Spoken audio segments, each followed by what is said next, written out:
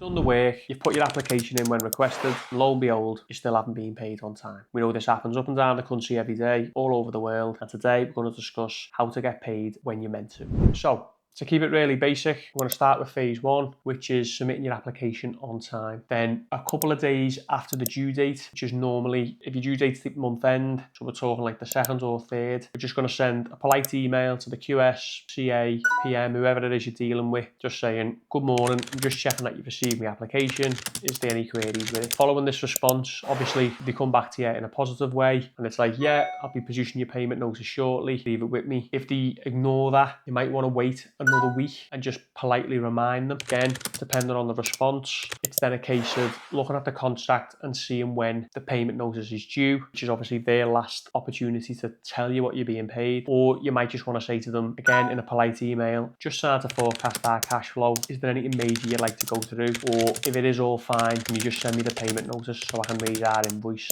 And then obviously stage 3 then is either submitting your invoice to your client, or if you're on self-billing, you might raise that invoice internally. So it's really important not to make this about pride. It is just about cash flow. So don't wait thinking, oh, they're busy, they'll sort it.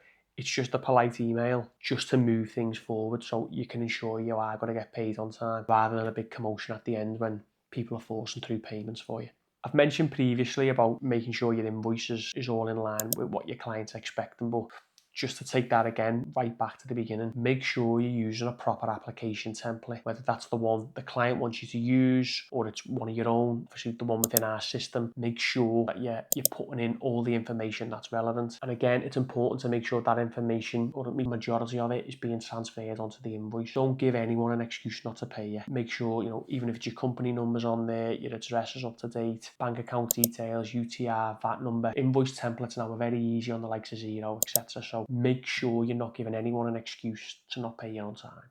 For us, I think it's always important in the first instance to use leverage, not threat. So if you're on site just doing a typical progress meeting, maybe mention to the PM or the QS when you're in earshot, what's happening with my payments? Is everything okay? You haven't just got to revert to threatening emails and contract clauses, and especially on a longer term project, it's better to form a relationship because obviously there could be future work coming up and other things like that. So I know a lot of information might be about how to protect yourself contractually, and I do tend to agree with it, but in the first instance, just use a bit of leverage about if a PM's asking you, can you accelerate, particularly in one area, just making a quick comment on, oh, you can pay me on time, I might be able to. Little things like that can go a long way rather than throwing the book at your client and taking it down the legal avenue. Check out our link below to 31 ways for 31 days to improve your construction business. It's full of tips like today's video on how you can improve your business.